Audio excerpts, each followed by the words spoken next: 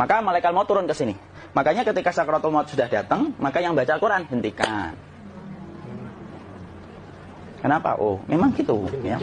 Jangan semakin kenceng. Ayo Pak, insyaallah Pak gitu. Al-Baqarah Pak, Al-Baqarah Pak. Al-Kahfi, Al-Kahfi. Enggak lah. Yang baca Quran berhenti dulu. Kemudian digantikan dengan kita mentalkin. Antum agak ke sana dikit. Masya Allah ya. Orang yang meninggalnya kooperatif ini. maka agak kesini ya. Maka disunahkan kita untuk mentalkinnya. Nanti ketika mentalkin jangan terlalu sering, jangan terlalu membebani. Jangan terlalu sering itu la ilaha illallah, la ilaha illallah. Enggak gitulah. Berat nanti dia ngerasakan. Di situ Imam Qurtubi juga menyampaikan, jangan terlalu sering karena itu memberatkan dadanya. Jadi ketika mentalkin, saya sampaikan, boleh diganti atau enggak Ustaz? Enggak lah, talkin itu ibadah. Ibadah itu tauqifiyah. Tauqifiyah itu enggak usah diganti. Karena Rasulullah mengatakan, lakinu ala mautakum, la ilaha illallah. Talkin orang yang meninggal di antara kalian dengan la ilaha illallah. Enggak usah diganti, Allah Ustaz yang lebih singkat, lebih pendek. Enggak usah. Subhanallah Ustaz, enggak usah. Kenapa? Karena talkin sudah ditetapkan ucapannya oleh Nabi, begitulah kita mencontohnya. Jadi tidak usah diganti. Cara mentalkin, jadi kalau keadaan sudah tenang, tolong kalau sudah sakaratul maut jangan ditinggalkan. Karena sesungguhnya pertempuran setan itu pada detik-detik kematian semacam ini. Dan betul-betul berusaha untuk menjadikan dia murtad. Nanti makanya di situ di buku nanti dibahas kan, pertempuran setan itu sampai detik-detik orang mau mati itu sudah ayo kufur, murtad aja tuh, kamu sakitkannya. Itu kayak gitu. Makanya jangan ditinggal. Capek gitu kok nggak meninggal-meninggal gitu ya. Udah gantian mas. Dan jangan kemudian meninggalkannya. Mangkat dulu gitu. Tidaklah, janganlah. Terus ditampingi terus.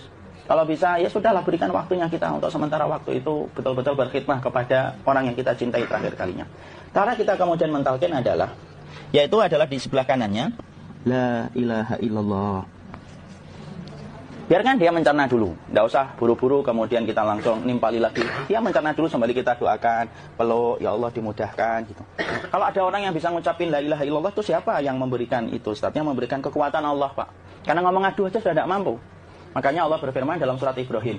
Yusabbitullahu alladhina amanu bil qawli tsabit fil hayatid dunya wa fil akhirah. Allah teguhkan perkataan orang yang beriman dalam kehidupan dunia dan akhirat. Dunia itu ya ketika menjelang kematiannya. Makanya dia bisa ngomong la ilaha illallah. Sebenarnya ngomong adu aja nggak mampu. Kalau bisa ngomong dia mesti ngomong adunya dulu. Tapi Allah yang menggerakkan. Ngomong la ilaha illallah. Makanya mangkana akhiru kalamihi la ilaha illallah dakhalal jannah. Barang siapa akhir kalamnya itu adalah la ilaha illallah, pasti masuk surga. Makanya kita lagi la ilaha illallah. Dah, cerah dulu. Enggak usah minta diburu-buru ya. Enggak usah gini. Ayo la ilaha illallah. Ayo. Enggak usah gitu. Ya, biarkan dia pelan-pelan gitu. Ayo tapak ya Allah capek saya Pak. Enggak usah gitu. Ya ucapkan la ilaha illallah. Kemudian dia mencerna. Lalu kalau dia sudah mengatakan, untuk mengatakan la ilaha illallah. Nah, kalau sudah mengatakan la ilaha illallah, berarti sudah. Enggak usah ditalkin lagi, enggak usah.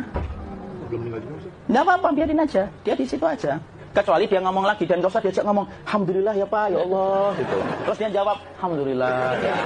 Itu berarti ucapan terakhirnya alhamdulillah. Atau ketika habis ditalkin la ilaha illallah dia ngelihat air. Nah, itu berarti ucapan terakhirnya air. Talkin lagi. Enggak usah marah. Aduh Pak, minta air. Mau minta air nanti aja dikubur gitu loh. Jangan gitu. Biarin aja, jangan kemudian setelah la ilaha illallah. La ilaha illallah. Terus, ayo tutup, awas ya ngomong lagi ya. Tidak usah gitu juga. Maka kemudian setelah la ilaha illallah sudah. Tidak usah diajak ngomong gitu.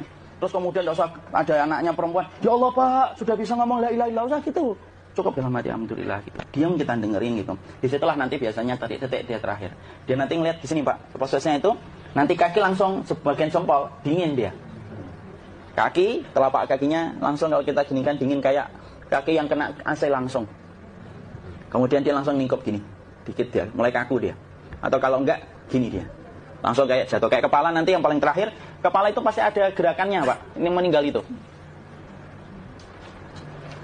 Pasti gitu. Pasti gitu. Karena apa? Sudah tidak ada beban ruh yang menahannya. Ya, cabut ya. Set pelan. Maka kemudian malaikat itu. Tapi tetap sakit lah. Walaupun dikatakan ringan, tetap sakit. Maka kemudian sakit gitu. Ngelewatin sini. Jantung kemudian sudah tidak berfungsi. Kemudian ginjal Pak, ngelewatin ginjal tidak berfungsi. Bapak bayangkan kan, kalau yang pernah sakit batu ginjal Pak, sepakat nggak kalau kita batu ginjal itu sakitnya luar biasa Pak? Itu baru titik batu kecil di ginjal. Kita bisa bayangkan tiba-tiba ginjal tidak berfungsi. Sakitnya kayak apa, Pak? Tiba-tiba ginjal nggak berfungsi, pankreas naik, kemudian tek jantung. Jantung ini dia masih hidup dia, di sininya masih hidup walaupun jantungnya sudah berhenti. Naik, kemudian mata dia ngelewatin mata. Organ tubuh yang paling setia sama ruh itu mata. Maka kemudian mata dia ngelihat dia, melihat set keluarnya, set naik dia. Jadi lihat ini sama dia. Makanya Rasulullah mengatakan innar ruha idza qubida tabi'ahul basar. Ruh itu kalau dicabut, mata itu ngikutin kemana perjalanan ruh itu. Makanya ada yang meninggalnya gini. Ya itu bukan tanda su'ul khatimah. Itu tanda fitrahnya mata ngikutin ruh. Atau kemudian bukanya sedikit. Ada yang kayak senyum, Pak. Ada yang keseninya keringetan. Nah, itu tanda husnul khatimah. Ada yang senyum. Jadi sakitnya setelah selesai itu plong gitu loh. Makanya kemudian ada yang tersenyum. Maka itu tanda. Kalau kita ngelihat orang yang membuka mata kayak gini, tidak usah takut.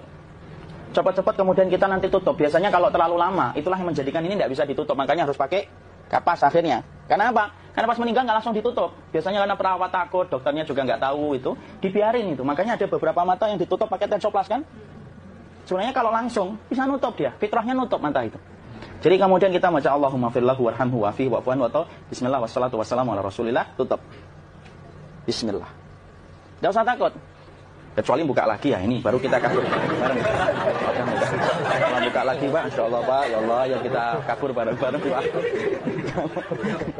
Diusap, Pak, diusap ini. Enggak disenggol gini enggak. Diginikan, sudah meninggal dunia. Tangan boleh begini, boleh diluruskan, enggak ada ketentuannya. Boleh gini, boleh kemudian lurus. Enggak usah disalahin kalau ada yang lurus. Lu itu tangannya gimana sih? Posisikan kayak sholat, enggak ada perintah kayak gitu. Jadi kemudian dikondisikan saja terus, maka kemudian dipijit-pijit, akiknya dikeluarin, kemudian jamnya dilepas, gigi palsunya dilepas kalau ada, ya.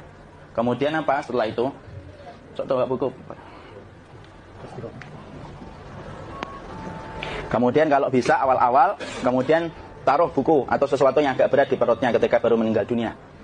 Kenapa kemudian ditaruh kayak gini? Bukan apa-apa, supaya membantu sisa-sisa pencernaan dia untuk keluar. Nanti Pak, biasanya kalau kita taruh agak yang berat gini, atau kemudian kita gini-gini kan, ini udah makan belum, Mafi? Udah makan belum makan kok udah gede ya? Maka pencet-pencet kayak gini, biasanya nanti ketika dimandikan, nah pas dimandikan diginikan saja. Nah ini dia sudah keluar di belakang, dia gini. Terus nanti keluar dia. Nah ini keluar langsung di belakangnya. Dan memperlakukan orang kalau sudah meninggal dunia itu yang lembut gitu. Kenapa? Inna kasra adamil mayyiti kakasri adamil hayyi. Mematahkan tulangnya ketika orang sudah meninggal dunia itu lebih dia rasakan sakit ketika mati daripada ketika masih hidup. Tuh Islam itu sampai sama orang mukmin itu kalau sudah meninggal aja sampai selembut itu. Kok hidup kasar itu kebangetan dia jadi orang itu. Mau sampai orang mati itu kemudian disuruh yang lembut, kalau ada aib disuruh nutup, tidak boleh diceritain. Misalkan di belakangnya beliau ini ada tompel, gagah-gagah tompelnya gede gitu. Tidak boleh cerita, Masya Allah loh. Sampai segitunya sunnah itu, ngajarin kita untuk nutup aib. Kalau ada orang belajar sunnah sukanya buka aib, nyari-nyari kesalahan orang. Sunnah yang mana dia pelajari itu saya bingung. Makanya kemudian gini, setelah selesai, maka kemudian tutup dengan kain. Maaf ya, Kia. Ya, nanti kalau nggak kuat nafas ngomong ya. Maka ditutup kayak gini, ditempatkan kemudian jangan di tanah tapi di atas dipan. Karena apa? Syekh Abu Malik Kamal Said Salim dalam Sahih Fiqh Sunnah menyampaikan supaya tidak cepat busuk. Dia taruh di atas, kemudian ditutup pakai kain apa saja. Ya, sembari nanti kita mempersiapkan tempat mandinya, tempat kafannya dan yang lain sebagainya. Maka kemudian kalau ada yang datang boleh dibuka. Kemudian kita mencium ininya apa? Kemudian keningnya. Kemudian kita berdoa, nutup lagi kayak Rasulullah ditutup, kemudian yang datang terakhir itu salah satunya Abu Bakar. Dibuka kemudian beliau, ya Allah ya Rasulullah, engkau adalah orang yang percaya hidup dan matimu. Dan tidak mungkin Allah itu mematikan engkau 2 kali ya Rasulullah. Maka kemudian ditutup kembali, saat itu para sahabat dalam keadaan mendung semuanya. Maka disitulah kita lakukan kayak gini. Ditutup gini saat ya. Kasihan tidak bisa napas, insya Allah tidak butuh napas lagi. Jadi kemudian kita semacam ini kita persiapkan apa yang bisa kita lakukan. Nah itulah proses kematian dari sakit, sakaratul maut sampai kematian.